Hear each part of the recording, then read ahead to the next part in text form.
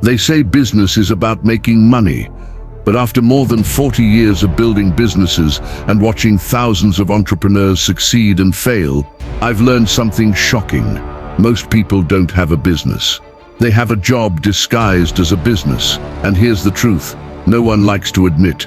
It's not because they're lazy or not manifesting hard enough. It's because they don't understand one simple ratio. Not a tactic, not a hack, not a funnel. A ratio that determines whether your business feeds you or bleeds you.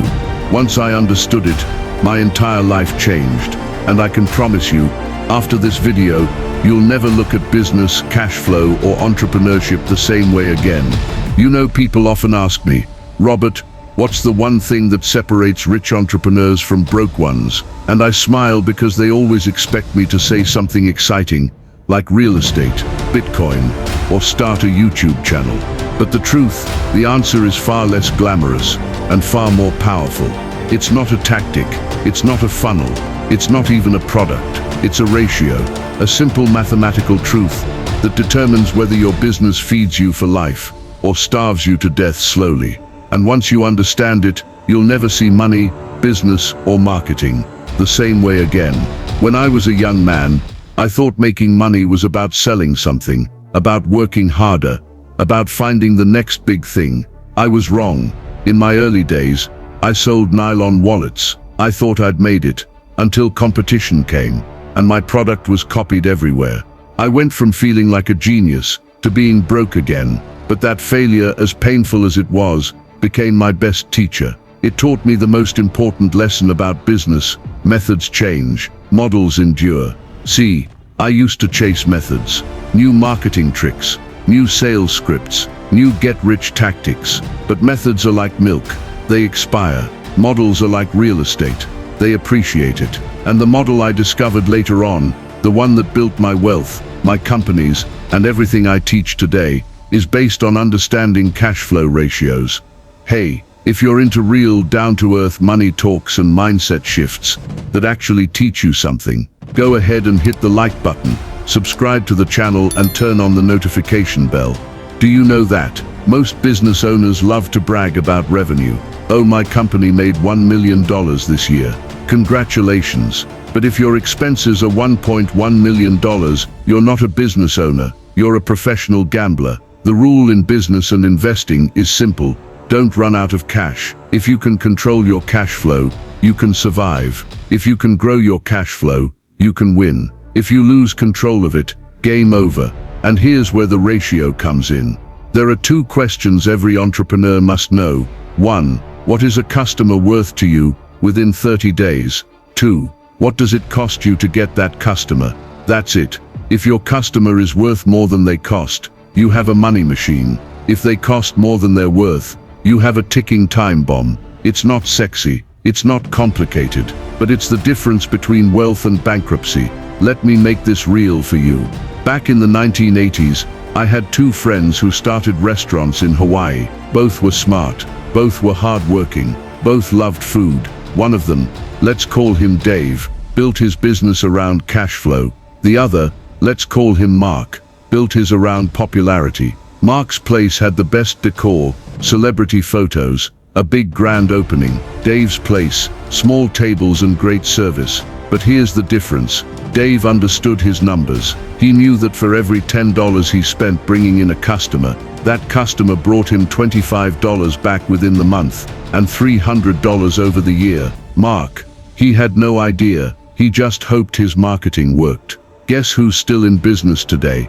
Dave retired early, owns multiple properties, and still gets checks every month from his businesses. Mark lost his restaurant, his house, and eventually his confidence. It wasn't the food, it wasn't the service, it was the model. You see, business is not just about how much you sell, it's about how long your money stays with you before it leaves. Most people chase income, the rich build cash flow. That's why my rich dad used to say, it's not how much you make, it's how much you keep, and how hard that money works for you. Now think about this ratio again. If it cost you $100 to get a customer, but you make $1,000 within 30 days, how much should you spend? As much as you possibly can. But if it costs you $100 and you only make $50, then every dollar you spend digs your grave deeper. That's why most small business owners are terrified of marketing. They don't trust ads. They don't trust employees. They don't trust growth. Not because they're cautious, but because their model is broken. And when your model is broken, no method will save you. When people ask me, Robert, what's the difference between being self-employed and being a true entrepreneur? I tell them this: self-employed people work for money. Entrepreneurs make money works for them. In business terms, that means this: you must create a system where cash flows predictably. If your business needs you to wake up every morning, send DMs, run ads, post content, and manually sell, then congratulations, you built yourself a very exhausting job. But if your business can turn $1 of marketing into $3 of revenue within 30 days, you've built a machine that can scale infinitely. That's the true ratio of wealth. It's not just numbers, it's the mindset. It's the difference between playing offense and playing defense. Poor people play defense. They save, they cut costs, they budget. The rich play offense. They buy assets that produce cash flow faster than their liabilities drain it. So how do you apply this today? Here's what I'd tell any young entrepreneur. Forget the fancy funnel. Forget the viral trend. Forget the algorithm. Sit down with a pen and paper. Yes, real paper. And answer 3 questions. 1. How much does it cost me to get a customer? 2. How much profit do I make from that customer within 30 days? 3. Can I improve that ratio by delivering more value faster? That's it. And if your answer shows that you make more than you spend, congratulations, you now have unlimited growth potential. But if not, you don't need another tactic.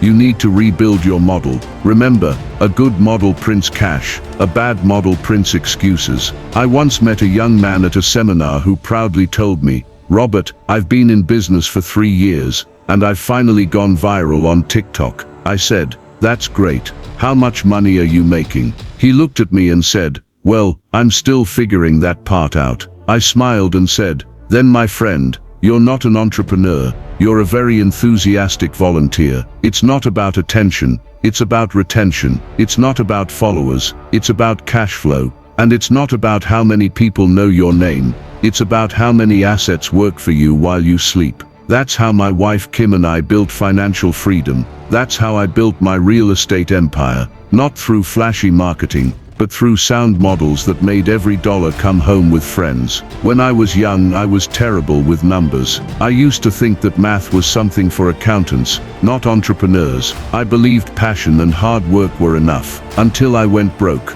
You see, my first big business wasn't Rich Dad or real estate. It was a little company that made nylon wallets. At the time they were all the rage. I thought I'd struck gold. Celebrities were buying them. Stores were ordering like crazy. I was flying high for about a year. Then one morning, I walked into a department store and saw something terrifying. A cheaper version of my wallet. Same look, same style, half the price. Within 6 months, I was bankrupt. That's when I learned something my rich dad had been trying to teach me for years. You can't build wealth on emotion. You build it on education. Type that in the comments section, and I will give you a heart. You can't build wealth on emotion. You build it on education. I didn't lose that business because I was lazy. I lost it because I didn't understand the ratio. Let me make this simple for you. Every business, whether you sell sandwiches or software, lives or dies by 2 numbers. 1. What is a customer worth to you?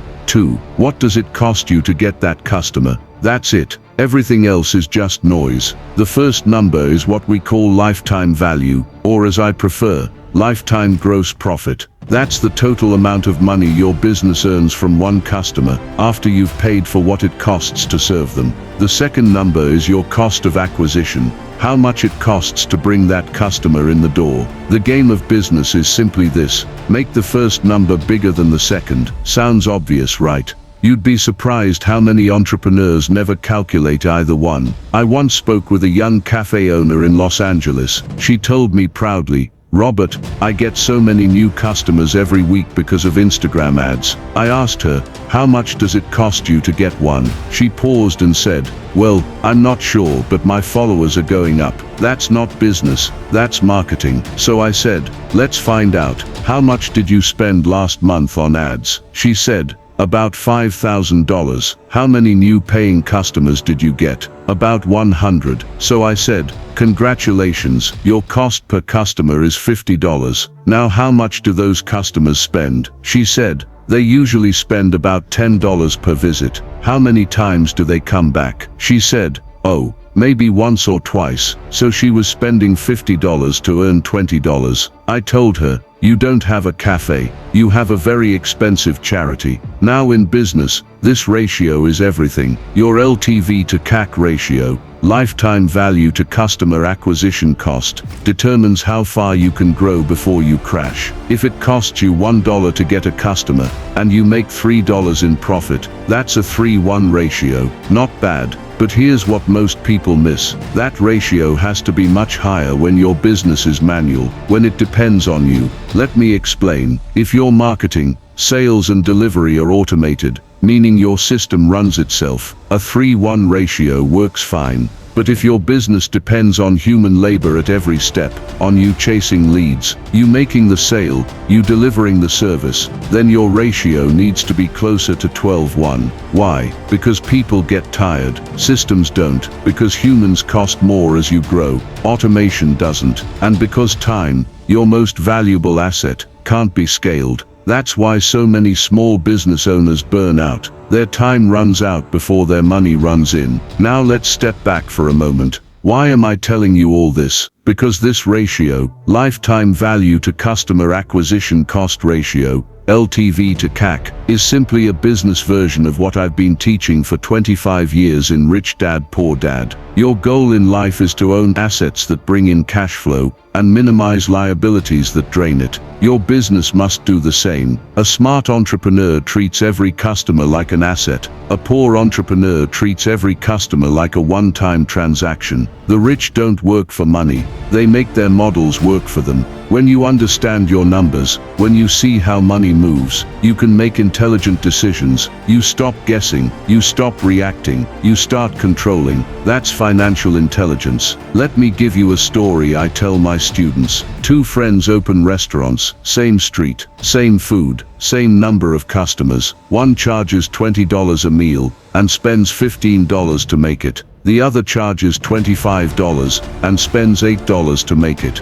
Both seem successful, both have full tables, but one is slowly dying and the other is quietly building wealth. At the end of the year, the second restaurant owner buys a small property with his profit. Next year, he opens another location, not with loans, but with cash flow. 5 years later, he's retired. His old friend is still busy. You see, it's not how hard you work, it's how your money works inside the business. So let me ask you a question. Do you know what your customers are worth to you? Or are you guessing? Do you actually know how much it costs to get one new customer? Or are you just hoping your ads are working? Because if you don't know your numbers, you don't own a business, you own a hobby with overhead, and hobbies don't pay your mortgage. When you truly understand your ratios, you stop fearing expenses, you stop cutting corners, you start investing strategically. You see, poor people see expenses as losses. Rich people see expenses as investments that create more cash flow.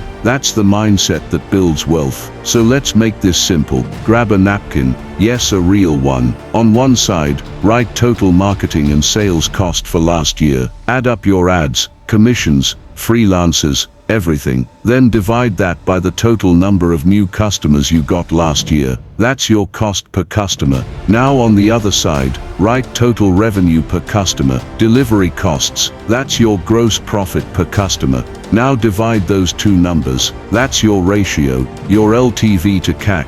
And if it's not at least 3-1, you're in danger. If it's 6-1, you're safe. If it's 12-1, Congratulations, you're building a financial fortress. And here's something most entrepreneurs never understand. Your cost to acquire customers will always go up over time. Why? Because attention gets more expensive. Just like real estate in good neighborhoods, the cost of attention always rises. So whatever your ratio is today, it's the best it will ever be, unless you innovate. The way to win is not to fight the cost, but to increase your value. Deliver more to each customer, keep them longer, educate them better, serve them deeper. That's how you grow wealth, even in a crowded market. When I went bankrupt in my 30s, I thought money was the problem. It wasn't. My problem was ignorance. I didn't understand how to make money work for me. I only knew how to work for money. Today, after building real estate portfolios, writing books, and investing in businesses around the world, I can tell you with absolute certainty,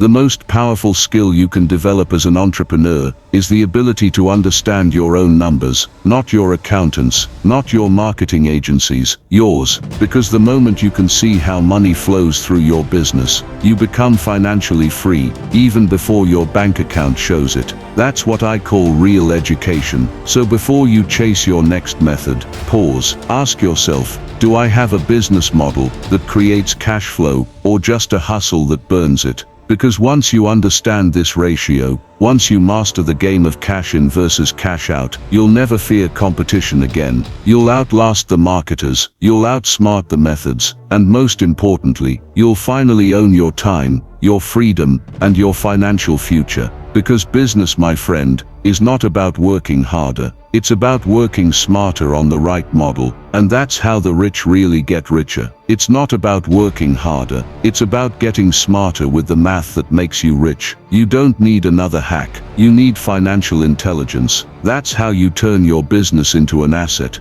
and your time into freedom. If this video brought you value, or stirred something in you, give it a like, subscribe and share it with someone who needs to hear this. Videos like this take weeks of research, writing, and care to create. Don't just watch and go away. Drop your thoughts in the comments section. I'd love to hear what stuck with you the most. I'll see you on the next one.